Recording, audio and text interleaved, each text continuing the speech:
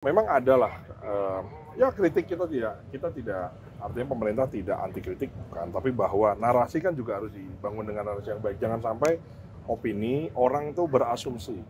Asumsi orang itu kan tidak bisa kita kontrol. Jangan sampai dia dapat berita sepenggal, berasumsi negatif kan nggak bagus. Kan kita ini sudah menuju ke swasembada, harga gabahnya bagus, petaninya senang gitu loh, ya kan. Sementara negara lain, ya kan, Filipina, Malaysia, Jepang itu sekarang lagi krisis beras. Sementara kita juga mengalami El Nino dan La Nina yang sama, tapi kita sekarang di posisi yang lebih aman, jauh lebih aman dibanding mereka. Itu kan satu hal yang positif yang secara komunikasi harus tersampaikan. Jangan sampai rakyat itu digiring oleh opini-opini yang narasi-narasi yang nggak benar. Gitu. Itu salah satu kontribusi dari sektor saya sebagai Wakil Menteri Pertanian. Jangan kita kan banyak keberhasilan ya.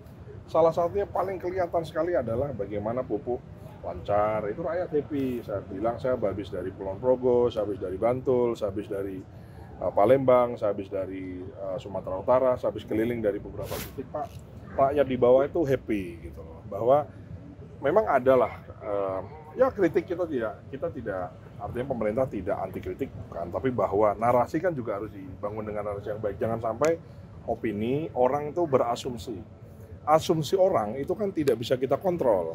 Jangan sampai dia dapat berita sepenggal, berasumsi negatif kan nggak bagus. Maka tugas saya adalah bagaimana memperbaiki asumsi yang baik di masyarakat bawah ini, bagaimana bisa menular sebanyak mungkin. Nah itu kan sisi komunikasinya yang memang dari sisi kami, saya khususnya yang mengampu urusan pertanian, kita perbaiki. Gitu. Mas, apakah ini dipicu oleh itu tadi kritik dari media segala macam? Saya kira nggak ada masalah ya, kan orang semua bisa beropini dan lain-lain, kan nggak ada masalah. Cuman kalau kan gini, semua orang kan bisa beropini ya kan, kecuali dia hate speech dan lain-lain, itu kan itu lain persoalan ya. Tapi semua orang kan punya kebebasan untuk mengungkapkan pendapatnya, apapun itu loh ya. Maka pemerintah juga punya hak jawab, punya hak untuk bersuara, menyuarakan yang realita yang kita kerjakan. Ya dong, kita prestasi, kita nggak impor beras, oke dong gitu loh ya kan. Kemudian harga gabahnya tinggi, petaninya panennya bagus karena pupuknya cukup, plus harga pembeliannya lebih tinggi, kan mereka semua happy, kan saya harus sampaikan bahwa itu betul dan nyata.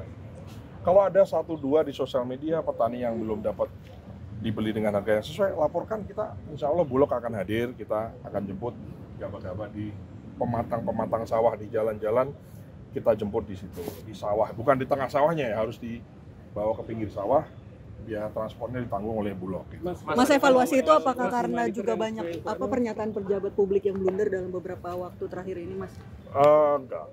Ya ini aja, masalah kita kan banyak ya, kalau Anda perhatikan kan dari mulai banyak lah, saya kira program-program yang pro rakyat ya, yang berpihak kepada rakyat ya, misalnya contoh THR untuk ojol. Selama sejarah ini ada ojol selama bertahun-tahun, kan baru ini ada bonus hari raya, diupayakan oleh pemerintah. Walaupun yang memberikan adalah perusahaan, tapi kan ada kehendak dan keinginan dari pemerintah. Dan itu kan perlu diapresiasi dong gitu loh ya kan.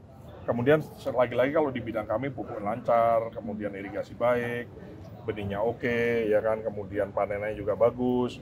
Alsintan kita lagi convert gitu ya, pelan-pelan kita dari yang tradisional pakai tangan kita bagaimana pakai mesin, dari pertanian oke ya kan. Kemudian harga tiket diturunkan kan bagus ya. Hanya kita perlu, rakyat sudah merasakan ya, jangan sampai yang tidak merasakan merasa dia tidak mendapatkan perhatian, gitu aja. Terus arahan untuk perbaikan? Kurang maksimal, minta dimaksimalkan. Tapi ada nggak dibahas nggak komunikasi yang kontraproduktif dengan program-program pemerintah, misalnya statement yang bikin blunder yang akhirnya pemerintah diserang kayak gitu? Ada dibahas?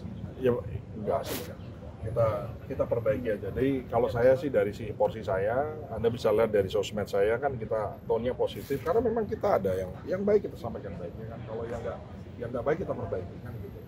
Bernegara kan tidak bisa 100% senang semua, 100% berhasil semua kan enggak. Pasti ada 1-2 pelan-pelan. Namanya pemerintahan Prabowo adalah kelanjutan dari pemerintahan sebelumnya yang sudah dibangun. Kan nggak mungkin negara ini dibangun dalam semalam kan, kita dibangun dari tahun 45 ya kan, ada perang-perangnya, ada konfliknya, ada perang saudaranya, ada pemberontakan dan seterusnya sampai dengan tahap ini. Nah, maka ini kan dalam waktu berapa? 5 bulan ini kan lumayan lah ya, terobosan dari pemerintah udah banyak, ya kan ada Danantara, mengkonsolidasi semua. Dengan semua pro dan kontranya kita bisa efisiensi yang sempat secara isu juga agak melenceng, kita perbaiki komunikasinya, akhirnya rakyat juga akhirnya paham gitu loh, yang dimaksud dengan efisiensi itu apa dan seterusnya.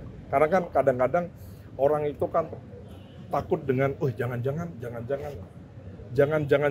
ini kan harus dihadapi, ya harus dihadapi. Makanya saya menghadapi Anda semua kan saya hadapi, ya kan. RUU TNI misalnya, ya kita hadapi, ya harus dihadapi kan. Apa yang mana? Akhirnya kan semua, akhirnya setelah dapat penjelasan, setelah mendapatkan sebuah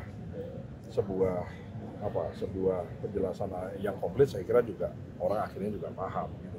Itu aja sih sebenarnya. Jadi kadang lagi rame, lagi hot, orang lagi pengen tahu, dia uber orang, mungkin orangnya ya slip tang atau mungkin barangkali penjelasannya terpotong, potongannya di viralkan seterusnya. Saya kira dengan sosial media kan begitu ya, kadang tidak utuh gitu loh. Nah, kita perlu penjelasan lebih. Dibahas nggak komunikasi yang kontraproduktif dengan program-program pemerintah, misalnya statement yang bikin blunder yang akhirnya pemerintah diserang kayak gitu, ada dibahas? Ya enggak sih, kita perbaiki aja. Jadi kalau saya sih dari sisi porsi saya, Anda bisa lihat dari sosmed saya kan kita tone-nya positif karena memang kita ada yang baik kita sampaikan baiknya kan. Kalau yang nggak baik kita perbaiki kan gitu. Bernegara kan tidak bisa 100% senang semua, 100% berhasil semua kan enggak. Pasti ada 1-2 pelan-pelan. Namanya pemerintahan Prabowo adalah kelanjutan dari pemerintahan sebelumnya. Yang sudah dibangun, kan nggak mungkin negara ini dibangun dalam semalam kan.